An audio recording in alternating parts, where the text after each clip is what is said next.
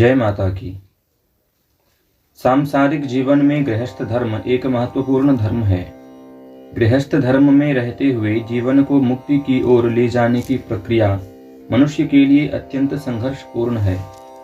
गृहस्थ जीवन में संबंध एक विशाल वट वृक्ष की तरह है।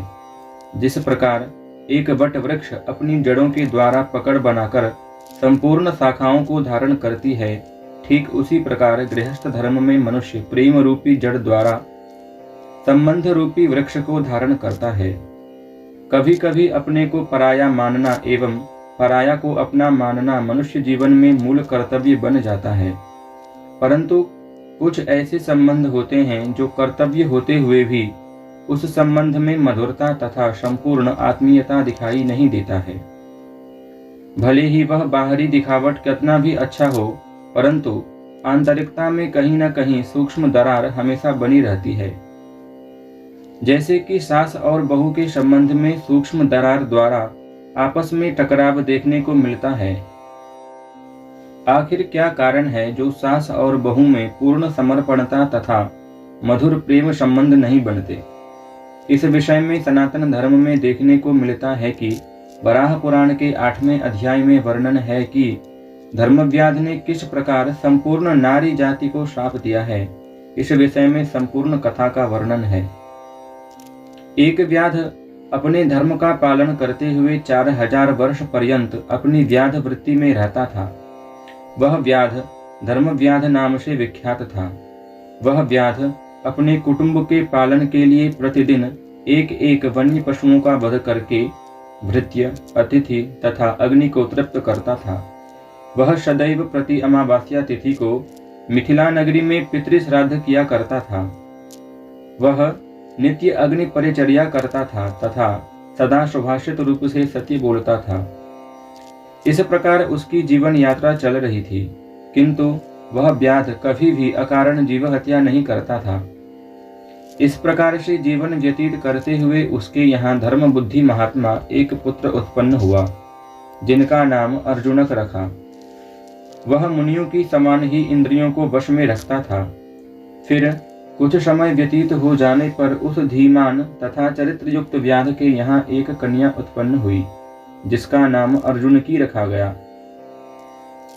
जब वह कन्या युवा हो गई, तब वह धर्मविद व्याध चिंतन करने लगा कि कौन पुरुष इस कन्या के योग्य है, अथवा यह कन्या किसे प्रदान करूं। जब धर्मव्याध ऐसा विचार कर रहा था, तब लोगों ने उसे साफ साफ समझाया कि मतंग नामक महात्मा का पुत्र प्रसन्न अर्जुन की के योग्य वर है, उसे अपनी कन्या प्रदान कर सकते हो। तब धर्मव्याध मतंग के पास गए। मतंग ने भी अपने पुत्र प्रसन्न से अर्जुन की के विवाह के लिए स्वीकृति प्रदान कर दी। तब धर्मव्याध ने कहा, आप तपस्वी श्रेष्ठ महात्मा हैं, आप प्रसन्न के लिए मेरे द्वारा स्वेच्छा से प्रदत्त अर्जुन की को ग्रहण कीजिए। व्याध श्रेष्ठ का वचन सुनकर मतंग मुनि कहने लगे, मेरा पुत्र प्रसन्न सर्वशास्त्र विशारद है, मैं तुम्हारे कन्या अर्जुन की को ग्रहण करता हूँ। मतंग ऋषि ने जब ऐसा कहा, तब महात्मा धर्मव्याध ने मतंग के पुत्र धीमान प्रसन्न को अपनी कन्या प्रदान कर दी। इस प्रकार धर्मव्याध कन्या प्रदान करके अपने घर चले गए, और वह कन्या भी सास ससुर तथा पति की सेवा करने में तत्पर हो गई। अधिक काल व्यतीत हो जाने पर अर्जुन की सास ने उस शुभा कन्या से कहा, हे पुत्री, तुम जीव घातक की कन्या हो, इसलिए तुमको तपश्चर्या तथा पति सेवा का ज्ञान नहीं है। तनिक अपराध के कारण इस प्रकार की भर्त्सना करने पर वह रूपवती बाला रुदन करती हुई अपने पिता के घर चली गई। जब पिता ने इस प्रकार उसके रोने का कारण पूछा, तब उस कन्या ने पिता से कहा, हे पिता, मुझसे सास ने तीव्र तथा अत्यधिक क्रोध में बारंबार कहा है कि तुम जीव हत्यारे की कन्या हो। यह सुनकर वह धर्मात्मा धर्मव्याध क्रोधित होकर मतंग के उस घर में गए जो कि जनपदों द्वारा घिरा था।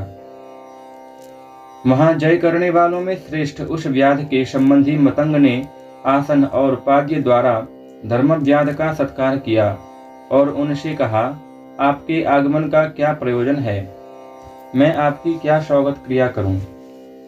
तब व्याध ने कहा कि मैं कौतूहल के कारण आपके पास आया हूँ। मैं कुछ ऐसे पदार्थ का भोजन करना चाहता हूँ जिसमें जीव न हो। व्याध का वचन सुनकर मतंग मुनि कहने लगे, मेरे घर में सुसंस्कृत धान्य, गेहूं तथा जौ से बना पदार्थ है, उसका आप इच्छा अनुसार भोजन कर सकते हैं। तब व्याध कहने लगा, मैं देखना चाहता हूं कि गेहूं तथा जौ धान्य किस तरह के हैं, मैं उनके स्वरूप को ज्ञात करने का इच्छुक हूं। व्याध का यह वचन सुनकर मतंग मुनि ने उनको एक गेहूं का तथा अन्न धान से बना सूप दिखाया। उस गेहूं तथा अन्न धान को धर्मव्याध ने देखकर वह अपने उत्तम आसन से उठकर प्रस्थान करने को तैयार हो गए। तब मतंग मुनि ने उनको रोका और कहने लगे, आप मेरे घर में बने उत्तम अन्न का भोजन ग्रहण किए बिना क्यों जा रहे हो? यदि यह भोजन उचित न लगे तो आप स्वयं भोजन बनाकर क्यों ग्रहण नहीं कर लेते? तब व्याध कहता है कि आप प्रतिदिन सहस्त्र करोड़ों जीवों की हिंसा करते हैं, ऐसी स्थिति में कौन सत्पुरुष हिंसक पापी के अन्न का भक्षण करेगा? यद्यपि आपकी दृष्टि में यह सुसंस्कृत अन्न जीव रहित है, लेकिन इसमें स्थित जीव नहीं दिखाई दे रहा है। अर्थात जैसे प्रथम दृष्टिया जल में जंतु दिखाई नहीं पड़ती, परंतु उसी में जीव जंतु रहते हैं और वह जल को देखने पर जीव रहित दिखाई देता है, ठीक उसी प्रकार इस अन्न में भी अनेक जीव जंतु विद्यमान हैं, वह दिखाई नहीं दे रहा है। यह बीज प्रतिवर्ष खेत में बोए जाने पर यह 1000 गुना हो जाते हैं। इदानीमत्र संदृष्टा जाते तु जलजन्तवः उक्ताः सहस्रतां यान्ति प्रति संवत्सरं मुने। मैं अपने परिजनों का पोषण करने के लिए वन में प्रतिदिन केवल एक पशु का वध करता हूँ, तदनंतर उसे पका करके पितृगण को समर्पित करने के पश्चात ही अपने परिजन के साथ उसका भक्षण करता हूँ। लेकिन आप लोग तो नित्य अनेक जीव का हनन करके अपने कुटुंब गण को तथा अपने अतिथि गण को भोजन कराते हैं। इस दृष्टि से आपका यह अन्न कदापि भोज्य नहीं है। पुराकाल में ब्रह्मा जी ने समस्त औषधियां तथा वनस्पतियों का सृजन यज्ञ के निमित्त किया था। श्रुति का यह कहना है कि तब ये प्राणीगण के भक्ष्य हैं। उसी काल में ब्रह्मा जी ने दिव्य लोक संबंधित, भौत अर्थात भूतों से संबंधित, पैत्र जो पितरों से संबंधित, मानुष जो मनुष्य से संबंधित, ब्राह्मण जो ब्रह्म से संबंधित, इन 5 महायज्ञ का विधान ब्राह्मणों के लिए किया था। ब्रह्मा ने ब्राह्मणों को ही मुख रूप बनाया है। यदि ब्राह्मणों द्वारा यह 5 महायज्ञ संपन्न किए जाते हैं तब वह सभी के लिए शुभप्रद होते हैं, और इसी प्रकार के 5 विभाग से भी अन्न शुद्ध हो जाता है। बिना पंच यज्ञ के प्रत्येक अन्न एक एक जीव अर्थात एक एक पशु पक्षी ही है। पंच यज्ञ रहित ऐसा अन्न देने तथा उसका भक्षण करने पर महामांस भक्षण जैसा होता है। मैंने अपनी देवस्वरूपिणी कन्या को आपके पुत्रार्थ प्रदान किया था, लेकिन आपकी भार्या ने उसे बारंबार जंतुघाती की पुत्री कहा। यही कारण है कि मैं आपके घर आकर आप लोगों के आचार, देव पूजन, अतिथि सत्कार एवं तर्पण आदि का अवलोकन कर रहा हूँ और विचार कर रहा हूँ कि आप तो इनमें से एक भी कर्म करते हुए दिखाई नहीं दे रहे हैं। अब मैं पितरों के श्राद्ध हेतु स्वगृह जाना चाहता हूँ। अभी मैं अपने घर में बना भोजन नहीं खाऊंगा, क्योंकि पहले मुझे पितृ तर्पण आदि करना है, अर्थात पंचयज्ञ के बिना मैं भोजन नहीं करता हूँ। निश्चित रूप से मैं जीव हिंसक कहलाता हूँ, किंतु आप लोग अपनी दृष्टि में लोक हिंसक नहीं हैं। हे तपस्वी, मुझ जीवघाती की पुत्री से आपके पुत्र के साथ विवाह यह तो स्वयं आपने ही निर्णय लिया था।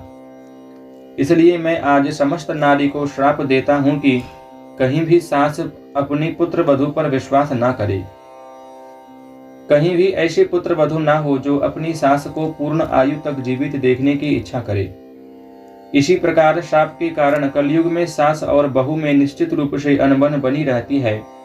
तत्पश्चात वह धर्मव्याध अपने घर में जाकर भक्ति पूर्वक पितृगणों का पूजन किया एवं अपने पुत्र अर्जुनक को वंश परंपरा बनाए रखने का आदेश दिया। फिर वह धर्मव्याध ने पुरुषोत्तम भगवान विष्णु की स्तुति की। उसकी स्तुति से भगवान विष्णु प्रसन्न हो गए एवं धर्मव्याध को वरदान मांगने को कहा। धर्मव्याध ने वरदान मांगते हुए बोला कि हे प्रभु, यदि आप मुझ पर प्रसन्न हो तो मुझे यही वरदान दीजिए कि मेरे कुल में कोई भी सदस्य कलिकाल में उत्पन्न ही ना हो, वे सभी धर्मयुग में ही हो, सर्वदा कुल में सभी का ज्ञान उदय ही रहे और मैं स्वयं ब्रह्म में लीन हो जाऊं, मुझे यही वरदान दीजिए। यह सुनकर भगवान विष्णु भी कहने लगे कि मैं प्रसन्न बुद्धि से यह वरदान तुमको दे रहा हूं और अब तुम शाश्वत ब्रह्म में विलीन हो जाओगे। इस कथा प्रसंग का तात्पर्य यह है कि मनुष्य किसी को अपशब्द कहने से पहले स्वयं को स्वयं के बारे में झांक कर देख कर ही बोलना चाहिए। यह कथा सुनकर आप भले ही आश्चर्य हुए होंगे, परंतु सनातन धर्म में अनेकानेक कथा है जो हमारे गृहस्थ जीवन यापन में किस प्रकार हम धर्म को साथ लेकर चलें, यही हमारा सनातन धर्म में उल्लेख है। सनातन धर्म शास्त्र में ऐसे अनेक कथाएं हैं जो आपको ज्ञात कराने के लिए धर्म दिग्दर्शन चैनल सदैव आपके साथ है। धर्म दिग्दर्शन चैनल सनातन धर्म का मूल रहस्य को प्रकाशित करने का एक प्रशस्त मार्ग है। आप सभी हमारे इस चैनल से जुड़ें और सब्सक्राइब करें, लाइक करें और अन्य को भी प्रेरित करें। धर्मो रक्षति रक्षितः।